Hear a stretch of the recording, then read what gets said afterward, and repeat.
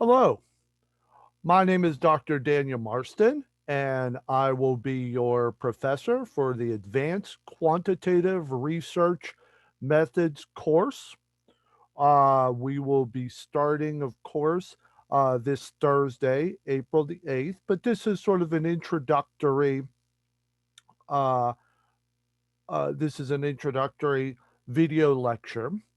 The way each week of this course will work is the following. There will be the 1 hour meeting that we have every Thursday evening. Well, it's evening my time. I'm in Pennsylvania. I'm on the East Coast, so uh, it will be an evening my time, but it'll be late afternoon your time. And what we will be doing is we will have that, and then there will be a video lecture every week. There may actually be several video lectures. Uh, Sometimes what I do is rather than have 1 hour long video lecture, I may have multiple lectures on different subjects. Um, just for practicality reasons, it allows you to, you know, pick up one topic and then another. And then, so you don't have to scan through a whole lecture if you want to get back to where I talk about a certain subject. It may, and sometimes it may just be practicality. I may not have a whole hour. Something may come up that I have to stop and then pick up the lecture again. This lecture, for instance, will not be an hour long because I didn't want to cover too much until we all had the opportunity to meet. Just so to understand a few practical things about how the course will work.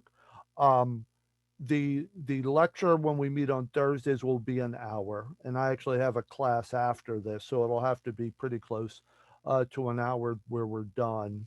And then there will be the video lectures in the Moodle system, in the discussion board, like where you'll find this one.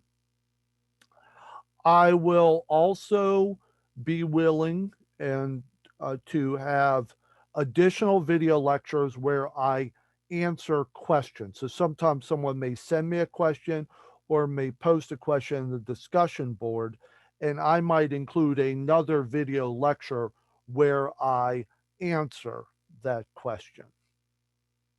I like doing video lectures. I like answering this way as opposed to in writing. You will notice that how I do it is I post it to YouTube and then give you the link to the YouTube channel.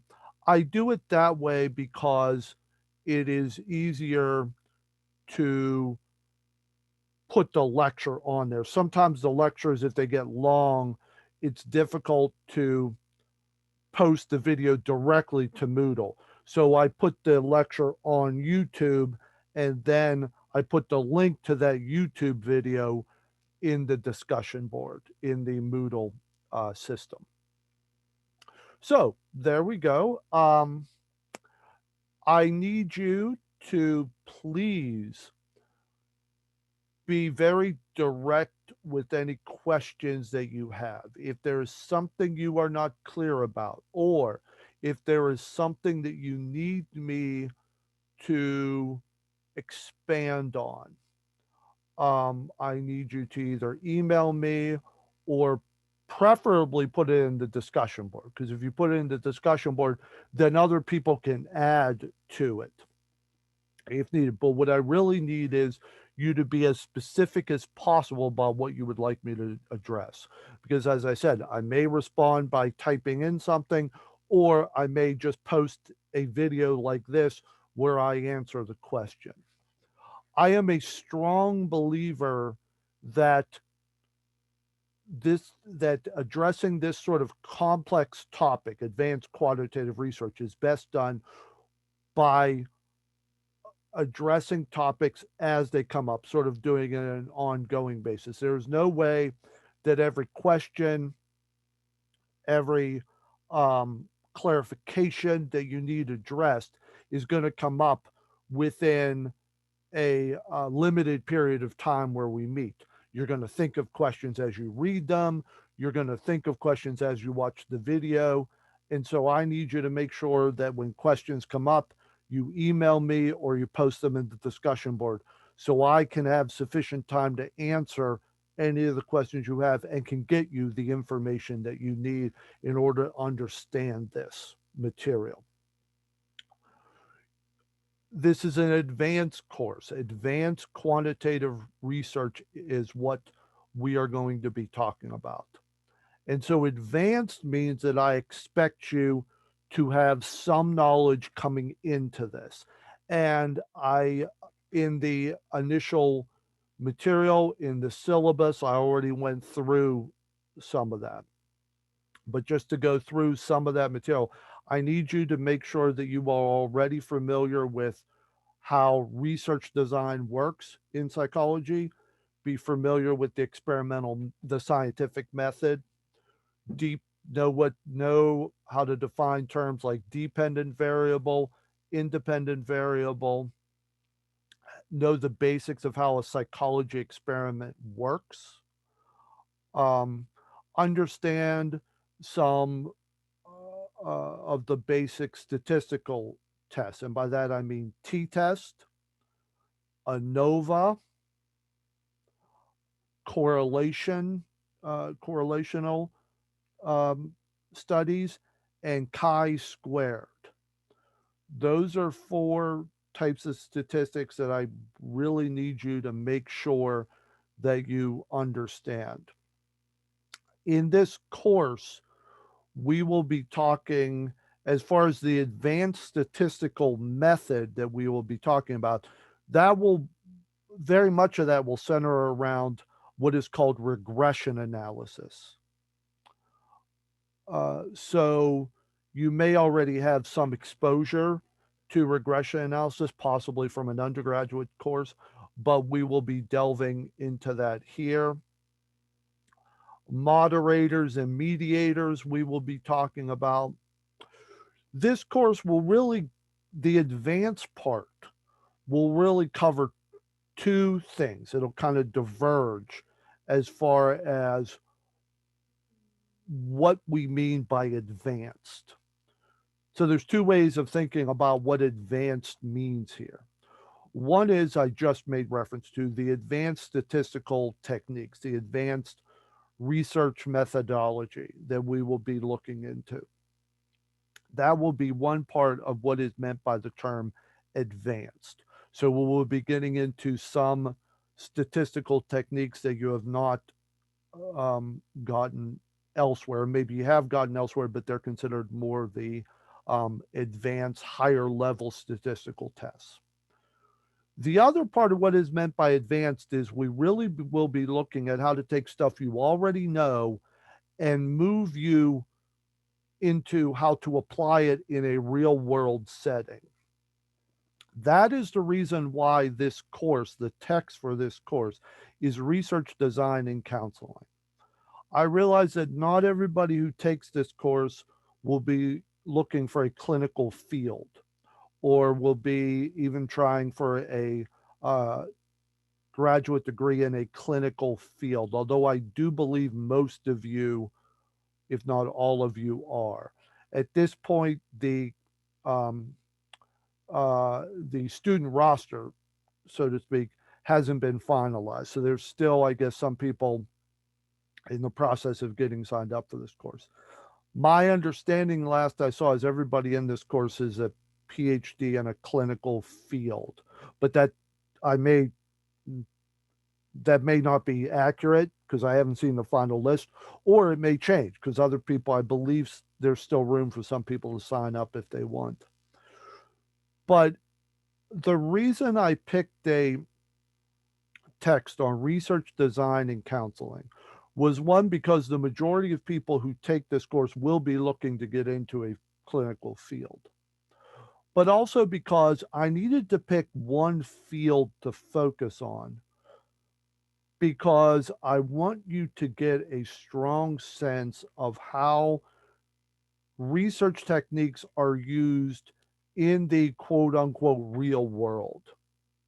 So, what the other part of advanced, what I'm hoping to take that you can take from this course is how research actually works and how to take the things you've already learned and apply them in a real world way. So I picked counseling to show how research works in the counseling field.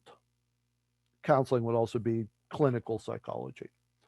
So I had to pick a field. I could have easily made it, um, medical healthcare. I could have made it in alternative medicine settings. I could have picked any of those. I just had to pick one. And since the majority of people taking this will be in a clinical psychology field, clinical psychology graduate program, I went that route. But the real part of advanced in this scenario, in this way of thinking of it, is how do you actually apply it so that my hope is as you leave, when you leave this course, two things will be true. You will have a solid understanding of every major type of statistical analysis out there. There are some that are more, maybe more advanced, but maybe not used as much. Um, but the major statistical analyses methods that are out there, you will be familiar with by the end of this course. And you also have a solid understanding of how research actually works, of how all this stuff that you've sort of learned in a more academic sense, maybe a more theoretical, like this is the general concept. You will actually have a better understanding of how it is actually applied. So there's a real practical aspect to all issues addressed in this course for you to leave here with a solid understanding of statistical tests and also a solid understanding of how research in the quote unquote real world actually works. Okay. There will basically be two categories of assignments here. One is you will be reviewing research articles and you will be critiquing them based on your understanding of how research works. Now that has a practical aspect as well. That actually is a role. Research, academic research journals uh, actually have reviewers. So when you submit an article to a journal, what happens is the editor takes your article and then sends that article to reviewers. I'm a reviewer for several academic journals. And that reviewer will look it over and critique the methodology, critique the statistics that were used, critique how the experiment was run. One set of assignment that you will have in this course is to act as an article reviewer for articles that you find. The second set of assignment will be developing your own research idea, developing your own research proposal. Now, I want to give a sort of stipulation to this. I would like as much as possible, although this is not a requirement, I would like as much as possible for students in this course to use this course to really solidify their dissertation idea if you're at that stage. Some of you, and I haven't seen this, but I believe some of you in this course had me for the introductory research course. In there, coming up with your own research idea was also a project. What I want you to do here, you are allowed to use that same topic, but I'm gonna want you to develop it even further.